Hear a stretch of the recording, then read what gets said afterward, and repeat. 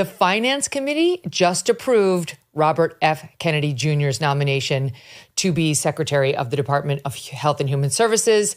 This means it will go to the full floor of the U.S. Senate, where now he is expected to be confirmed. The big question was whether he would make it out of committee. And with every single one of the 14 Republican senators falling in line, all 13 of the Dems voting no, he appears at this point to have the votes he needs to get through. It's amazing. It's a great day for America. They're melting down over him, not just on the left, but at some more conservative, traditional Republican places, because they cannot get over his, quote, anti-vaccine positions. Well, you're going to have to try. Go listen to the 2 hours I did with him on the vaccines. Do your homework. Figure out just how anti-vaccine he really is and whether some of the questions he's been raising about them make sense. And then, no matter what your answer is to that, push it to the side and come to terms with the fact that Trump has said he will not be banning the MMR vaccine. He's not going to be banning any of these vaccines. He will object to some of them if he finds some to be problematic. Obviously, he's on record as funneling a couple lawsuits to law firms against Gardasil, the HPV vaccine, which many parents decline. We did a whole show about that with a fair and balanced debate, pro and against. He'll say so, but he's made clear it's really not about his personal views. But in that position, would he be in a position to say, you know what, you might want to take a second look at this one? Yes, good. That doesn't mean your kid won't have access to it or you won't have access to it. But some of us have become a little bit more vaccine skeptical in the wake of COVID and this HPV vaccine, which has injured some. We did a whole thing, the end conclusion of that HPV vaccine thing that we did was the one woman was saying she landed on doing one shot instead of two shots. Whatever, you make your own decision. But the point is you can have a debate. You can have a debate. And the fact that the news media, the left, and this portion of the right that's so pro-vaccine has shut down any discussion of it. I told you when I was on Fox, you were not allowed to entertain any claims that there was something wrong with the MMR vaccines. And I'm fine with the MMR vaccines. I gave them all to my kids. Thank God all my kids are fine. Wonderful things happened. They gained some immunity and they didn't have any adverse reactions. But why can't we talk about the people who had a different result? How is that dangerous? People can make up their own minds. RFKJ is going in there to deal with the public health crisis that is happening in this country right now. It's not about vaccine. Would you just zoom out from your obsession with vaccines, RFKJ critics? Would you spend 2 seconds looking at the way we eat, the way we treat patients who get disease, who get obese, who we funnel through a lifetime of pharmaceuticals and additional medical procedures without pausing to say, what's making you ill? Why do children have autism now at a 1 in 30 rate as opposed to 1 in 10,000 30 years ago? Why do children have so many allergies? Why are children getting ADHD in record numbers? Why are children suffering from tics? Why are all these children getting Tourette's? We're just not supposed to ask those questions. We're just supposed to go about our business and consume all the dyes and the chemicals in our food that's not in the Europeans. Eat the pasta that has the wheat that's been sprayed with this toxic chemical as a pesticide. Just ignore the farmers who are dying from cancer from the pesticides potentially that they're spraying. All that should be looked into, should it not? Is it not fair to actually kick the tires on public health and figure out whether not only have we just accepted living this way, which is totally unhealthy, literally unhealthy, making us sick, but it's being pushed on it. It is an active part of the game for too many of these industries. Do you think Big Pharma wants us all to get better like that? Do you think Big Ag really wants any sort of mandate that requires them to change the way they do business? RFKJ had to promise that he would work with farmers and ranchers to push regenerative agriculture, which is better for you, retilling the soil and so on. And he said he would. But why can't we have the discussion? That's on the Republican side. They protect the farmers and the ranchers. And the Dems and everybody else wants to protect Big Pharma. That Big Pharma ads were all over Fox when I was there. It's not just a leftist thing. The point is, this has gone on for too long. Too long. Stop with your obsessive focus on vaccines, which are not in danger. Listen to what he actually wants to do. And on that front, thank you.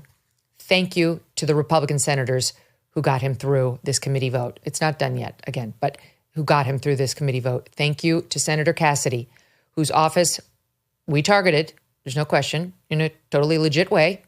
You guys all called. You made it so that that phone line, was basically no longer good because you just kept calling. I called personally. I called myself. I didn't do anything I didn't ask you to do. And emailed and said to him, please do this. We hear your concerns, but we're not worried about the same things you are. Please hear us on this guy. And if he turns out to be the kook that the critics say he is, Trump will fire him. All right? Have you ever seen a president more comfortable with firing bad actors or people who turn out to disappoint him? Fear not. He's not afraid of firing and replacing. So there's always that backstop. Just relax. He's trying something different. That's why he was elected. And you can make exactly the same argument on Tulsi Gabbard, who appears to have the votes as well. Her committee vote is today at 2 p.m., and the news is all good. Senator Susan Collins of Maine, who seemed somewhat skeptical. Remember, we talked about her answer, like, I'm happy with her answers. What does it mean? We took it as a positive. Well, she's going to vote yes. And so is Senator Young. Something bizarre happened, though. Senator Todd Young, he gave it to her pretty good at her confirmation hearing. He was clearly not a fan. Clearly. He's a Republican. And in the interim between last week's hearing and today, she had to write him a letter. I mean, it's amazing the hoops they make these candidates go through. They basically have to genuflect and tell him all the things. I'll give you everything you want on your Santa's wish list. Here it is. So she wrote him this letter. I'm honored. Okay, I'm committed to working to restore trust in the intelligence community. And then she says, as requested, below are the list of commitments you asked that I make to you in this letter. He wanted it in writing. I commit to holding accountable and seeking justice against any intel community employee, contractor, or subcontractor who is suspected of making or facilitating an unauthorized disclosure of any intel program. I will not advocate for any protections which should only be extended to lawful and legitimate whistleblowers. So this is basically saying, if we have another Snowden, are you going to run cover for him? And she's saying no. Okay, fine. And she said at her confirmation hearing over and over, what I'm going to do as soon as I get in there is create a meaningful avenue for any would-be Snowden to come to me to say, this is what we're doing. And I will make sure it is meaningful and we won't have to have another Snowden. And this is the second piece of it saying, and then if somebody doesn't obey this process and goes outside of it and goes to the news media in the way Snowden does, I will commit to holding them accountable. Then the second paragraph, I commit to working with the committee to evaluate whether existing laws, regulations, and policies are sufficient to deter an intel community employee, contractor, or subcontractor from making an unauthorized disclosure of any intel program. I will have confirmed, communicate explicitly to the intel community my commitment to holding accountable and seeking justice against any violator of existing laws, regs, etc. They're really, really focused on Snowden. That I will not, contrary to a statement on X on June 3rd, 2019, protect any intel community employee, contractor, or subcontractor who commits an unauthorized disclosure. They do not want any alleged whistleblower getting any sort of protection. I mean, the truth is it's more complicated than they're making. I mean, of course, you're sitting here thinking, well, I don't think I want that either. I don't want to blow our secrets. I don't want to endanger our spies. But as you know, it's more complicated than that. You know, some of what Snowden revealed or turned over to journalists is very controversial. We talked about that with Glenn, but some of it was exposing a program that we had our top officials lying about that did capture within its net Americans and our metadata, things about like where we were and so on. It's very controversial. And you had, you know, people like James Clapper under oath lying about it. So that's what, you know, the Snowden situation is complicated.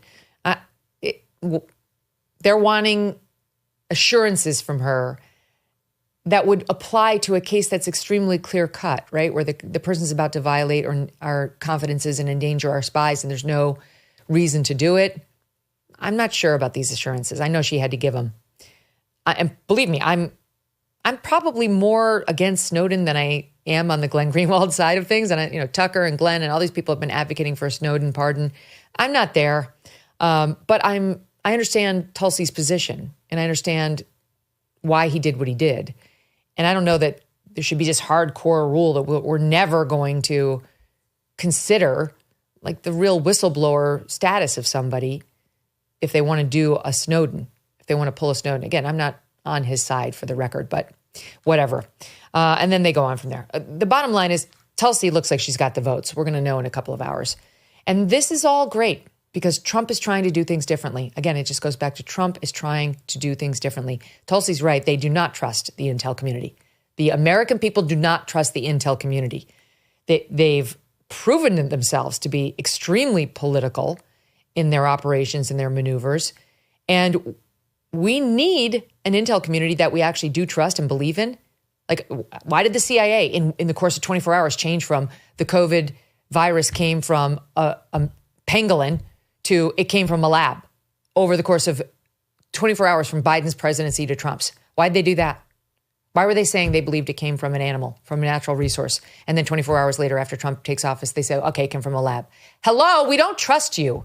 We know you're being manipulated. You're pushing somebody else's business.